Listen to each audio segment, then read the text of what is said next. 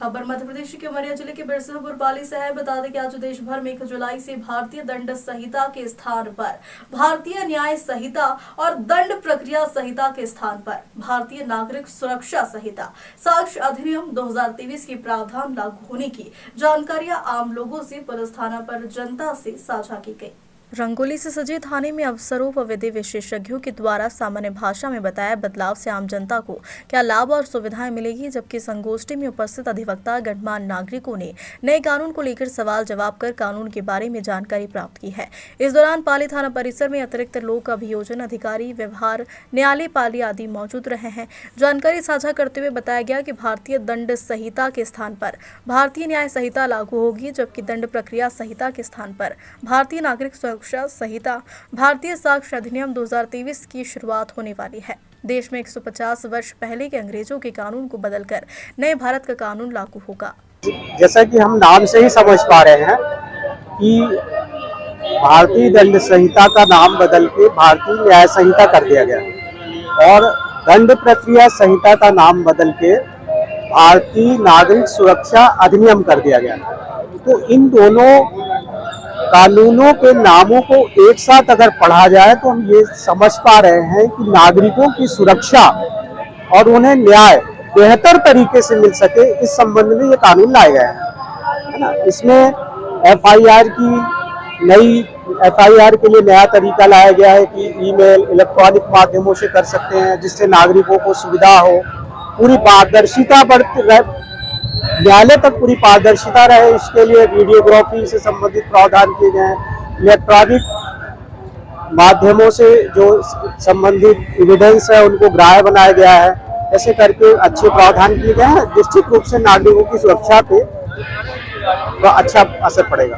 राज्यों के लिए भी क्या कुछ नए नियम तैयार किए गए हैं पहले के?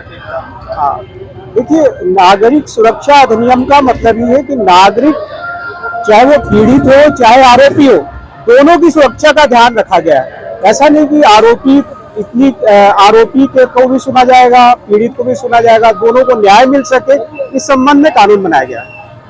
पुलिस को किस प्रकार की चुनौती का सामना करना पड़ेगा या फिर पुलिस को कुछ विशेष प्रावधान इसमें दिए गए?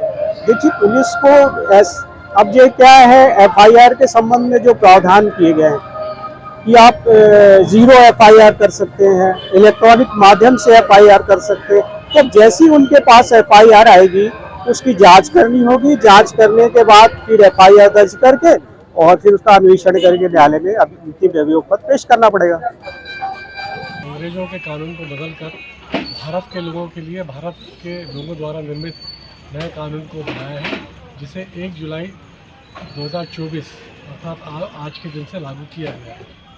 इसमें प्रथमता तो जो हमारे भारत के आम नागरिक हैं, उनके न्यायिक हितों को ध्यान में रखते हुए इस नए कानून की संरचना की गई है और उनको भारत के नागरिक पीड़ित लोगों को न्याय की गारंटी दी गई है। अब जो भी पीड़ित है, जिसके साथ अपराध घटित हुआ है, वो कहीं से भी कभी भी किसी भी समय एफआईआर कर सकता है और अपनी रिपोर्ट किसी भी थाने में लिखवा सकता है, चाहे घटनास्थल कहीं भी हो, व्यक्ति कहीं भी हो, और पुलिस उस पर एफआईआर करेगी और उस पर अनुसंधान करेगी। इसमें एक और विशेष प्रावधान ये है कि अब पुलिस को और माननीय न्यायालय को इसमें जवाबदेह बनाया गया है और प्रत्येक प्रकरण का समय अवधि में निराकरण करना सुनिश्चित करवाया गया है, ये ताकि व्यक्तियों को, पीड़ितों को त्वरित न्याय और समय पर न्याय मिले। आज से भारतवर्ष में नए कानून लागू हुए हैं। भारतवर्ष में 3 प्रकार के कानूनों में परिवर्तन किया गया है।